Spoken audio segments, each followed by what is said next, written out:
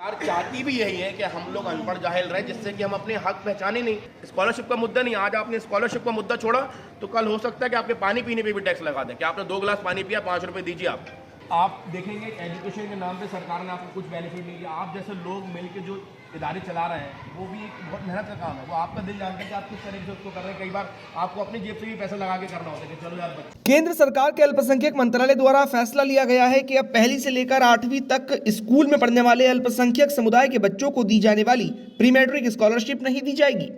केंद्र सरकार के इस फैसले पर सुप्रीम कोर्ट अधिवक्ता एहतेशाम हाशमी ने शीर्ष अदालत का दरवाजा खटखटाने की बात कही। इसी साल संसद में अल्पसंख्यक मामलों के मंत्री मुख्तार अब्बास नकवी गौरव के साथ बता रहे थे कि उनकी सरकार में अल्पसंख्यकों को मिलने वाली छात्रवृत्ति में इजाफा हुआ है। लेकिन मौजूदा अल्पसंख्यक मामलों की मंत्री स्मृति ईरानी ने फैसला किया कि अब पहली से 8वीं तक के बच्चों को अल्पसंख्यक मंत्रालय द्वारा दिए जाने वाली प्री मैट्रिक छात्रवृत्ति नहीं दी जाएगी। सरकार अपने इस फैसले के पीछे दलील दे रही है कि शिक्षा का अधिकार अधिनियम 2009 पहली से 8वीं तक की दी जाने वाली एलिमेंट्री एजुकेशन प्रदान करना सरकार के लिए अनिवार्य बनाता है। इसलिए अब सिर्फ 9वीं और 10वीं कक्षा में पढ़ने वाले बच्चों को ही स्कॉलरशिप दी जाए।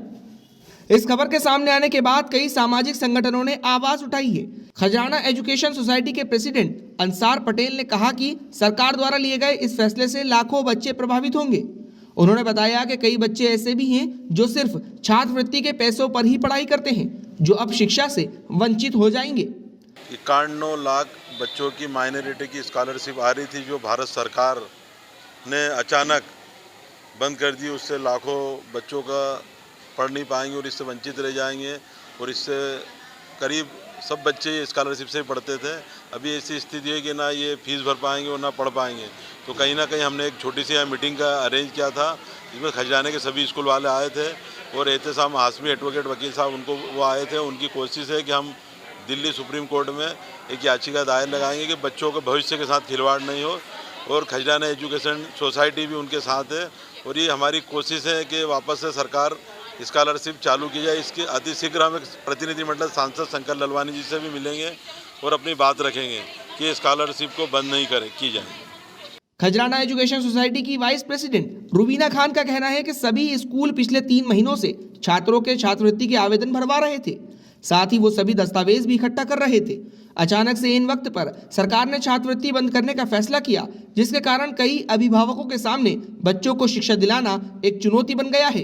3 मंथ से हम लोग जो है स्कॉलरशिप के उसमें मेहनत कर रहे थे। इस बार स्कॉलरशिप को लेकर स्कॉलरशिप डिपार्टमेंट ने बहुत सारे रूल्स और रेगुलेशंस भी हमें बताए थे। इसके अंदर हमारे को आय का प्रमाण पत्र, जाति का प्रमाण पत्र, बहुत सारे बच्चों की डॉक्यूमेंटेशन के ऊपर हमें टिक लगा कर देना थे, वहाँ पर हमें सबमिट करना थे। इवन के बच्चों के जो डॉक्यूमेंट थे वो पूरे वहाँ पर एक डॉक्यूमेंट जाकर हमें चेक करवाने के लिए उन्होंने हमसे कहा था।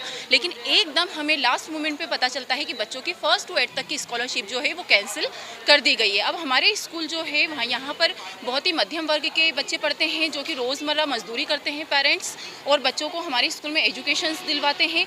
अब उन्हें ये चीज़ मालूम पड़ी है कि उन्हें फ़ीस स्वयं भरना पड़ेगी, तो उन्हें बहुत ज़्यादा झटका लगा है इस चीज़ से और बच्चों की पढ़ाई पर भी बहुत ज़्यादा असर हो रहा है इस। सुप्रीम कोर्ट अधिवक्ता एहतेशाम हाशमी ने कहा कि वो जल्द ही इस मामले को लेकर सुप्रीम कोर्ट में एक पब्लिक इंटरेस्ट लिटिगेशन दायर करने वाले हैं।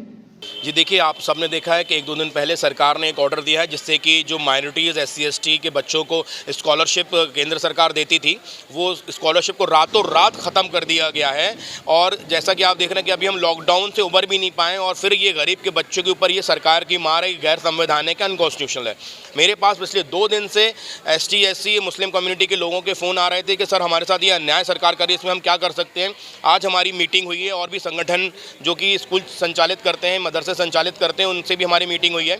हमने सब ने मिलकर ये डिसाइड किया है कि एक पब्लिक इंटरेस्ट लिटिगेशन जनहित याचिका हम इस मुद्दे पे फाइल करेंगे कि सरकार को स्कूलों को स्मार्ट स्कूल में तब्दील करना चाहिए था, लेकिन सरकार बच्चों के हाथ में जो टूटी कलम है गरीब बच्चों के हाथ में, वो भी अगर छीन लेगी सरकार, तो हमारे बच्चे अनपढ़ जाहिल बन के सिर्फ पंचर बनाएंगे या फिर कहीं छोटा मोटा काम करेंगे, लेकिन वो IAS IPS कभी नहीं बन पाएंगे। ये जो सरकार की मंशा है ये हम नहीं पूरी होने देंगे और हम सुप्रीम कोर्ट का दरवाज़ा बहुत जल्द खटखटाएंगे। देखिए, हमारे और भी कई वकील साथी और हमारे कई वरिष्ठ पत्रकार साथियों के भी सजेशन आए हैं कि सर ये PIL को अब सिर्फ स्कॉलरशिप तक सीमित ना रखा जाए।